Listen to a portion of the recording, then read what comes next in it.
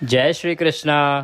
आप सभी को आंवला नवमी की ढेरों शुभकामनाएं। प्रिय दर्शकों, आज के इस वीडियो में हम बात करेंगे कि आंवला नवमी किस दिन है, आंवला नवमी का ये त्यौहार किस प्रकार से मनाना चाहिए। जो भी हमारी माताएं, बहनें, भाई, बंधु इस दिन आंवले की पूजा करके भगवान श्री हरि का आशीर्वाद प्राप्त करना चाहते हैं, उन्हें कैसे पूजन करना चाहिए, पूजा की विधि क्या रहेगी, नियम क्या रहेंगे। अगर आपके पास आंवले का वृक्ष नहीं है तो कैसे आप आंवला पूजन का फल प्राप्त कर सकते हैं। यदि आप आंवला ना खा पाएँ तो क्या खा के पुण्य अर्जित कर सकते हैं, क्या क्या वस्तुएं हैं जो इस दिन खाई जा सकती हैं, इसका नियम क्या है आप जानते हैं।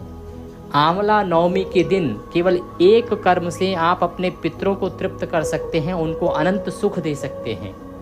वो कौन सा कर्म है, क्या करना चाहिए पितरों के निमित्त, पूजा के लिए शुभ मुहूर्त क्या रहेगा, क्या नियम रहेंगे, क्या इसका व्रत किया जाता है, और यदि व्रत किया जाता है तो कैसे किया जाता है, कब खोला जाता है व्रत, और क्या भोजन आंवले के वृक्ष के नीचे बनाना आवश्यक है या घर से बना के लेके जाएं केवल खाएं आंवले के नीचे, या पूरा भोजन करना आवश्यक है, क्या ब्राह्मण भोजन कराना आवश्यक है क्या। संपूर्ण जानकारी आने वाली आंवला नवमी से संबंधित आपको इस वीडियो के माध्यम से प्रदान की जाएगी, क्योंकि ये जो दिन है ना, ये अक्षय फल देने वाला है, इसीलिए इसको अक्षय नवमी भी कहते हैं। इससे बड़ा पुण्यदायी दिन होता नहीं है प्रिय दर्शकों, इसीलिए ध्यान दीजिएगा। विशेष जानकारी मैं आपके लिए लेके आया हूँ, संपूर्ण जानकारी शास्त्रों पर आधारित है। जानकारी आरंभ करें उससे पहले आपसे निवेदन है कि वीडियो यदि थोड़ा सा भी अच्छा लगे तो कृपया एक बार लाइक अवश्य कर दीजिएगा, और पहले स्वयं देखिए, संतुष्ट हो तो आगे शेयर अवश्य कीजिएगा, क्योंकि इस प्रकार की जानकारी के वीडियो बहुत कम मिलते हैं। ये दिन बहुत बड़ा है लेकिन लोगों के पास जानकारी पहुंच नहीं पाती है। आपसे अनुरोध करूंगा कि वीडियो को अधिक से अधिक लोगों के साथ शेयर कीजिए, व्हाट्सएप के माध्यम से, फेसबुक के माध्यम से, जैसे भी आप शेयर कर पाएँ शेयर कीजिए, जिससे अधिक से अधिक लोग लाभ ले सकें। शास्त्र कहते हैं कि जब भगवान नारायण के पूजा पाठ से संबंधित जानकारी को आप प्रचारित प्रसारित करते हैं तो इससे नारायण का आशीर्वाद आपको प्राप्त होता है, और जब उस जानकारी से प्रेरित होकर बाकी लोग पूजन करते हैं तो उसका पुण्य भी आपको प्राप्त होता है। तो इसीलिए इस जानकारी को अधिक से अधिक लोगों के साथ शेयर कीजिए। अपने कार्तिक स्नान को सफल बनाने के लिए और भगवान नारायण का आशीर्वाद प्राप्त करने के लिए कमेंट बॉक्स में अवश्य लिखिएगा जय श्री हरि या ओम नमो भगवते वासुदेवाय। जितना लिखेंगे उतना कल्याण होगा। आप देख रहे हैं देवभूमि ज्योतिष संस्थान का प्रतिष्ठित यूट्यूब चैनल देवभूमि धार्मिक। हम यहाँ सभी व्रत और त्योहारों की सही शास्त्रीय जानकारी प्रदान करते हैं। ज्योतिष शास्त्र और पंचांग के आधार पर आपको बताते हैं कौन सी तिथि कब है, व्रत आदि कब करना है, क्या विधि है, क्या नियम है और क्या गलती नहीं करनी है। यदि आप सभी व्रत और त्योहारों की सही शास्त्रीय जानकारी पाते रहना चाहते हैं तो कृपया चैनल को सब्सक्राइब कीजिए और बेल आइकन को प्रेस कीजिए। आइए प्रिय दर्शकों, जानकारी आरंभ करते हैं। बात करते हैं आने वाली आंवला नवमी की, अक्षय नवमी की। प्रिय दर्शकों, कार्तिक मास के शुक्ल पक्ष की जो नवमी तिथि होती है उसको अक्षय नवमी या आंवला नवमी कहते हैं। यूँ तो पूरे कार्तिक मास में आंवले की पूजा की अद्भुत महिमा कही गई है। आप हमारे चैनल पर प्रतिदिन कार्तिक महात्म्य सुन रहे होंगे जो मैं सुनाता हूँ। ब्रह्मदेव के द्वारा इसका वर्णन किया गया है कि कार्तिक में जब आप आंवला दीपदान करते हैं या आंवला पूजन करते हैं, आंवला भोजन में ग्रहण करते हैं या आंवले के नीचे बैठ के भोजन करते हैं तो उसका उत्तम फल है, यहाँ तक कि पितरों को तृप्त करने वाला भी है। वहीं जब बात उस तिथि की आ जाए जो कार्तिक मास के शुक्ल पक्ष की नवमी तिथि हो, तो उस दिन आंवले से किया जाने वाला या आंवले पे किया जाने वाला हर कर्म लाख गुना अधिक फल देता है। इसीलिए ये तिथि महत्वपूर्ण है। ये तिथि अक्षय फल देने वाली कही गई है। अक्षय फल का अभिप्राय होता है वह फल जो कभी क्षय नहीं होता, अर्थात कभी समाप्त नहीं होता, जिसमें कभी घटत नहीं आती। अर्थात आपने जो पुण्य कमा लिया वो कमा लिया। ये ऐसा समझ लीजिए, ऐसा बैंक बैलेंस जो आपका खर्च होता रहेगा पर कम नहीं होगा, ऐसा पुण्य होता है इस दिन। संक्षेप में समझिएगा कि जब हमारे जीवन में कुछ उत्तम कर्म होते हैं, हमें जीवन में कुछ उत्तम मिलता है, अच्छा मिलता है, वो मिलता है हमारे सदकर्मों के कारण, पुण्य कर्मों के कारण। तो जैसे जैसे हम अच्छी चीज़ों का उपभोग करते चले जाते हैं, हमारे पुण्य कर्म जो हैं वो घटते चले जाते हैं। परंतु जो आंवला नवमी पर किए जाने वाले पुण्य कर्म है ना, ये ऐसे हैं जो कभी घटेंगे ही नहीं। आपके जीवन में खुशियाँ आती रहेंगी। सदकर्म आप जो कर रहे हैं वो ठीक है, आपके जीवन में उत्तम दिन आते रहेंगे, खुशियाँ आती रहेंगी, पर ये उसके बदले में जो पुण्य घटते हैं ना वो घटेंगे नहीं, क्योंकि ये अक्षय पुण्य होगा, कभी ख़त्म ना होने वाला पुण्य होगा। इसलिए ये तिथि महत्वपूर्ण है। इस दिन मेरी सभी माताएं बहनें जो विशेष रूप से कार्तिक स्नान करती हैं वो तो अवश्य आंवले का पूजन करती ही हैं, और आपको पूजन करना ही चाहिए। आंवले का पूजन करना चाहिए, आंवले पे दीप दान करना चाहिए और आंवले का सेवन करना चाहिए। जितना करेंगे उतना कम होगा, इतना अधिक महत्व है इस तिथि का। बात करते हैं कि इस तिथि पर आपने करना क्या है। प्रिय दर्शकों, स्नान आदि से निवृत्त होके प्रातः काल के जो भी आपके कार्तिक के नियम आपने धारण किए हैं उनका पालन कीजिए। कथा आदि श्रवण करना है वह श्रवण कीजिए। तदुपरांत आपको आंवले का पूजन करना है। आंवले का वृक्ष आपके यहाँ पे होगा, आसपास होगा, किसी मंदिर में होगा जहाँ आप कार्तिक नहाने स्नान करने कथा सुनने आदि जाते हैं। वहाँ ना हो तो आपके घर में होगा। घर में ना हो तो अभी आंवला नवमी को कुछ समय है, आप घर में एक गमले में लगवा लीजिए, लेके और आंवला लगवा लीजिए। उत्तम दिन है, उत्तम समय भी है कार्तिक का आंवला लगाने के लिए। इस समय में जब आप आंवला या तुलसी का रोपण करते हैं ना तो उससे बहुत अधिक फल की प्राप्ति होती है। तो आंवले का वृक्ष होना आवश्यक है। अब अगर किसी के पास आंवले का वृक्ष ना हो तो उस अवस्था में आप क्या करेंगे। अगर आंवले का वृक्ष ना हो तो यही पूजन कर्म आप आंवले के फल पर कर लीजिएगा। आंवले का फल आज के समय में सभी जगह बाजार में मिल जाता है। बाजार से आंवले का फल लाइएगा, उससे कीजिएगा। कैसे करना है। स्नान आदि से निवृत्त होके आंवले के वृक्ष को जहाँ भी आपका पूजन करना है उस क्षेत्र को अच्छे से साफ कीजिए। अगर पुराना मकान है अर्थात कच्चा मकान है तो उसको अच्छे से लीप लीजिए। साफ स्वच्छ बनाने के बाद आंवले के वृक्ष को जो गमले में लगा हुआ है उसको वहाँ स्थापित कीजिए। उनके सामने हो सके तो एक स्वास्तिक बनाइए। स्वास्तिक बना के एक दीपक और धूप लीजिए, दोनों सामने स्थापित करेंगे। तो जब दीपक को रखेंगे ना तो दीपक के नीचे आसन दीजिएगा, चावल रखिएगा उसके ऊपर ही आप स्थापित कीजिएगा, क्योंकि कभी भी जो दीपक है ना उसको ऐसे पृथ्वी पर सीधा नहीं रखते हैं, पहले उनको आसन दिया जाता है फिर उनकी स्थापना होती है। तो उनको स्थापित कीजिए आसन देके। सामग्री में सूक्ष्म सामग्री लगेगी, रौली मौली की आवश्यकता होती है, रौली मौली, और थोड़े से अक्षत चाहिएंगे, थोड़े फूल ले लीजिएगा, थोड़ा सा कच्चा दूध लेना होगा और एक लोटे में जल लेना होगा। ये बस सामग्री रहेगी।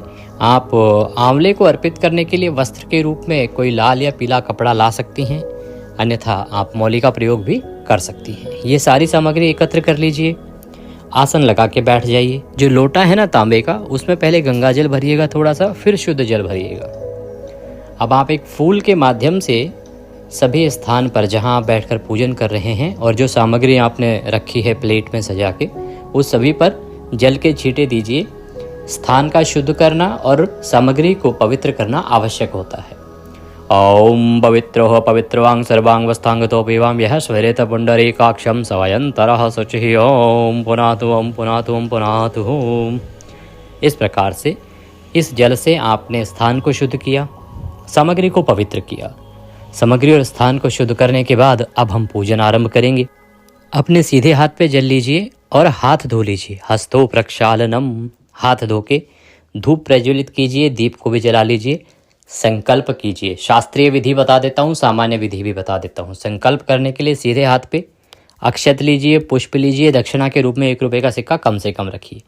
3 बार बोलिए ओम श्री विष्णु ओम श्री विष्णु ओम श्री विष्णु। अपना नाम, अपना गोत्र, जिस स्थान पर बैठकर संकल्प कर रहे हैं वहाँ का मकान नंबर, क्षेत्र का नाम, शहर का नाम, कार्तिक मासे शुक्ल पक्षे नवम्यायाम पुण्यतिथियो, आयु आरोग्यता प्राप्त्यार्थाय, सुख संपत्ति प्राप्त्यार्थाय, भगवान श्री हरि विष्णु प्रसन्नार्थाय, आंवला नवमी उपलक्ष्ये आंवला देव पूजन व्रत संकल्पम संकरिष्ये। बोले सौ श्री शरणौ शरणम प्रपद्ये, और वह अर्पित कर दीजिए आंवला देव को। इस प्रकार से अब आपने संकल्प किया है कि आप आज आंवले का पूजन कर रही हैं जीवन में सुख संपत्ति आरोग्य और भगवान श्री हरि विष्णु की प्रसन्नता की प्राप्ति के लिए। सबसे पहले अब आप जल अर्पित कीजिए, थोड़ा सा जल चढ़ाइए आंवले को। जल चढ़ाने के बाद अब थोड़ा सा कच्चा दूध आपको मैंने लेने को बोला था एक पात्र में, तो कच्चा दूध चढ़ाइए, कच्चा दूध चढ़ाइए और फिर पुनः थोड़ा सा शुद्ध जल डाल दीजिए उसमें। अब वस्त्र अर्पित करेंगे, तो वस्त्र के रूप में मौली का टुकड़ा तोड़िए वह अर्पित कर दीजिए आंवले को। अगर कोई कपड़ा लाए हैं आप, लाल पीला कोई कपड़ा लाए हैं तो वह चढ़ा दीजिए।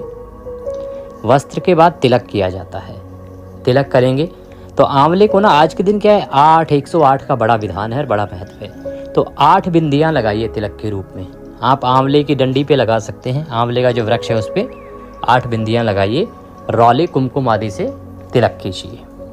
तिलक करके अक्षत समर्पित कीजिए, चावल अर्पित कीजिए। अक्षत समर्पित करके आप पुष्प लाए होंगे, फूल अर्पित कीजिए, पुष्प समर्पित कीजिए, धूप दिखाइए और दीप दिखाइए। धूप दीप दिखा के नैवेद्य अर्पित कीजिए। नैवेद्य के रूप में कोई भी मिठाई आपके पास हो वह मिठाई लीजिए और वह आंवले को अर्पित कर दीजिए। नैवेद्य के बाद जलाचमनी कराई जाती है। तो 1 चम्मच से जल या फिर फूल से जल के 3 बार छींटे दे दीजिए। यह आपने जलाचमनी करा दी। इस प्रकार आपने भगवान को स्नान कराया, जल अर्पण किया, उनको वस्त्र आदि पहनाए, स्नान आदि के बाद तिलक आदि उनका श्रृंगार किया, फिर भगवान का भोजन कराया। अब आप इस पूजन के बाद कथा सुनेंगे। अब आप कथा सुनिए आंवले की, आंवला नवमी की कथा आपको हमारे चैनल पर आंवला नवमी के दिन हम आपको सुनाएंगे। तो कथा सुनिएगा, कथा सुन के आरती कीजिएगा। आरती भी हम कथा के बाद उसी में रिकॉर्ड कर देंगे। आरती कीजिएगा, आरती करके और फिर आंवला देव से प्रार्थना कीजिएगा कि हे देव, हमने आज आपका पूजन किया है, इसे आप स्वीकार करें और सदा हम पर कृपा बरसाएं। हमारे जीवन में सदा सुख संपत्ति बनी रहे, सब निरोग रहें, स्वस्थ रहें और भगवान विष्णु के आशीर्वाद से सदा प्रसन्न रहें। और अपने हाथ में पुष्प लेके आप उनको पुष्प अर्पित कीजिए, पुष्पांजलि के रूप में हाथ जोड़ के नमस्कार कीजिए। अब आप आंवले की छांव में बैठ के भोजन कीजिए। आंवले की छांव में बैठ के भोजन का बड़ा विधान। अगर आप आज आंवले की छांव में बैठ के थोड़ा सा भी कुछ खा लेते हैं ना, उसका भी पुण्य अधिक कहा गया है और काया तो निरोगी हो ही जाएगी। तो कुछ भी इसमें क्या होता है कि हमारे यहाँ तो जब मंदिर था, मंदिर में हमारे पिताजी क्योंकि 40 साल रहे हैं हम तो मंदिर में, तो हमारे आसपास की जितनी भी हमारी माताएं बहनें थी सब आती थी, भोजन बना के लाती थी। आंवला हमारे यहाँ बहुत बड़ा है मंदिर में, उसके नीचे बैठ के सब भोजन ग्रहण करती थी। तो थोड़ा थोड़ा आप भी लेके जाइए, या घर पर कर रहे हैं पूजन तो वहाँ बैठ के खाइएगा, अवश्य खाइएगा। इस प्रकार आपने ये पूजन करना है। अब व्रत की बात करते हैं। देखिए आंवले का जो व्रत है ना, आंवला नवमी का, ये व्रत आपका सायंकाल को खुल सकता है और कुछ लोग जो हैं उसी दिन पूजा के बाद आंवले की छांव में बैठ के वहीं पे अपना व्रत खोल लेते हैं। तो आपके यहाँ जैसे भी होता है, दोनों उत्तम विधियां हैं, आप कर सकते हैं। अब बात आती है कि पितृकर्म कौन सा है, वो मैं एक बार संक्षेप में बता दूं आपको, फिर हम बताते हैं कब करना है पूजन आदि और कब रहेगा व्रत। तो प्रिय दर्शकों, इस दिन आंवले की छांव में बैठ के श्राद्ध कर्म करने का, पितृकर्म करने का बहुत अधिक फल है। ब्राह्मण को भोजन कराने का बड़ा अधिक फल है। किसी एक ब्राह्मण को यदि आपने इस दिन जिमा दिया तो 1 लाख ब्राह्मणों को भोजन कराने का फल है आंवले की छांव में, एक ब्राह्मण को जिमाने से। इस दिन श्राद्ध कर्म कर दिया, पितृकर्म कर दिया तो आपके पितृ अक्षय पुण्य प्राप्त करेंगे। आप यकीन मानिए, आपका पितृदोष कितना भी बड़ा क्यों ना हो, वह सर्वनाश को प्राप्त होगा, अर्थात वह पितृदोष समाप्त हो जाएगा, आपके पितृ प्रसन्न हो जाएंगे। करना क्या है, इस दिन आप 1 लोटा लीजिए तांबे का, उसमें थोड़ा सा गंगा जल पहले भरिए, फिर शुद्ध जल भरिए, थोड़े काले तिल डालिए, तुलसी का पत्ता डालिए, कुशा है तो कुशा डालिए। वृक्ष के नीचे बैठ जाइए, दक्षिण की ओर मुख करके, वृक्ष की छांव में बैठ जाइए, दक्षिण की ओर मुख करके, लोटा सामने रखिए। गीता के 7वें अध्याय का श्रवण कीजिए या पढ़िए। हम आपके लिए अपलोड करेंगे नवमी पर गीता का 7वां अध्याय, पहले भी मैंने 50 बार अपलोड कर रखा है, वहां से भी आपको मिल जाएगा। वह अध्याय सुनिए। सुनने के बाद संकल्प करके वह पुण्य अर्पित कीजिए अपने पितरों को, और उस जल से आंवले के वृक्ष के नीचे बैठे बैठे ही तर्पण कीजिए। तर्पण की विधि भी मैं उसी वीडियो में बताऊंगा कि कैसे आपने जल तर्पण करना है। जल से तर्पण कीजिए। उस जल को अपने सीधे हाथ से, जो अंगूठा और उंगली के बीच का क्षेत्र होता है, तर्पण क्षेत्र है ना, वहां से आपको तर्पण करना है पितरों को। पितरों को जो तर्पण करेंगे, मंत्र मैं आपको बताऊंगा, उस मंत्र से तर्पण कीजिए। पितरों से निवेदन कीजिए, हे मेरे पितरों, ये गीता के 7वें अध्याय का पुण्य मैं आपको अर्पित कर रहा हूँ, ये जल मैं आपको अर्पित कर रहा हूँ, इसे स्वीकार करें, इससे आप तृप्त हों। आपके जीवन में जो भी संकट चल रहे हैं उनकी मुक्ति के लिए निवेदन कीजिए, क्योंकि जब पितृदोष होता है, पितृ नाराज होते हैं ना, तो आपके घर में बर्बादी और तबाही के अलावा कुछ नहीं होता।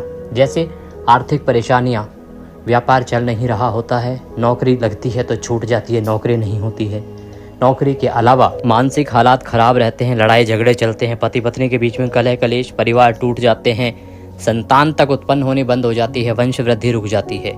ये जो परेशानियां हैं इनका कारण पितृदोष होता है बहुत बार। तो ये परेशानियां अगर हैं तो पितरों से निवेदन करें, इस विधि से पूजन करके आपको निश्चित ही राहत मिलेगी। ये पितृकर्म अवश्य कीजिएगा। तो ये पूजा पाठ करने के बाद, पितृकर्म करने के बाद आपको ब्राह्मण को भोजन कराना चाहिए या दान दक्षिणा आदि अवश्य ही देनी चाहिए। भोजन कराना संभव ना हो तो जो भी दान दक्षिणा आप दे सकें ब्राह्मण को वो दीजिए और उसके बाद अपना व्रत खोलिए। जो भी आपके दैनिक क्रियाकलाप हैं उनको कीजिए, इससे आपको अक्षय पुण्य की प्राप्ति होती है। यदि दक्षिणा स्वरूप आप कुछ भी हमें भेजना चाहते हैं तो आपकी स्क्रीन पर नंबर आ रहा होगा 900 से, उस पर भेज सकते हैं और जो QR कोड साथ में आ रहा है उसको स्कैन करके भी सीधे हमारे बैंक खाते में भेज सकते हैं। बात करते हैं कि आपने ये आंवला नवमी करनी कब है। प्रिय दर्शकों, इस वर्ष अगर हम बात करें कार्तिक शुक्ला नवमी की, तो नवमी तिथि जो है वो आरंभ हो रही है 30 तारीख को सुबह 10:06 पर और 31 तारीख को ये समाप्त हो जाएगी 10:03 पर। उदया तिथिमान बड़ा महत्वपूर्ण होता है आंवला नवमी के लिए। उदया तिथिमान के अनुसार आंवला नवमी मनाई जाएगी 31 तारीख को। 31 को आप आंवला नवमी मनाएंगे। इसका जो दीपदान है वो आप 30 को भी कर सकते हैं और 31 को भी कर सकते हैं, क्योंकि दीपदान रात्रि को होता है और रात्रि को नवमी 30 तारीख को रहेगी और 31 को इसलिए क्योंकि जब कोई 2:30 घड़ी रह जाती है तो सिंधु ज्योतिष शास्त्र कहता है कि वो तिथि पूरे दिन मानी जाती है। इसीलिए आप 31 को भी कर सकते हैं। दीपदान कैसे करना है, कैसे दीपक बनाना है, उसकी वीडियो मैंने पहले ही बना दी है, अपलोड हो जाएगी 1-2 दिन में, उसको देख लीजिएगा। दीपदान का बहुत अधिक फल है। इस दिन किए जाने वाले एक एक कर्म का बहुत अधिक फल है। आंवला अगर कुछ ना मिले तो आंवला खाइएगा, आंवले का फल खाइएगा, मुरब्बा खा लीजिएगा, कुछ ना हो तो आंवले का चूर्ण ही खा लीजिएगा। आंवले का सेवन आज के दिन आपको अवश्य करना है। आंवला नवमी का पूजा के लिए शुभ मुहूर्त रहेगा सुबह 6:32 से और 10:30 तक, और शाम को दीपदान करना चाहिए 5:37 से और 6:03। यह उत्तम मुहूर्त है। कुछ और जानना चाहते हैं, पूछना चाहते हैं, कमेंट बॉक्स में लिख के पूछ लीजिएगा। व्हाट्सएप के माध्यम से भी हमसे जुड़ सकते हैं। भगवान सब पर कृपा करें। हरे कृष्ण।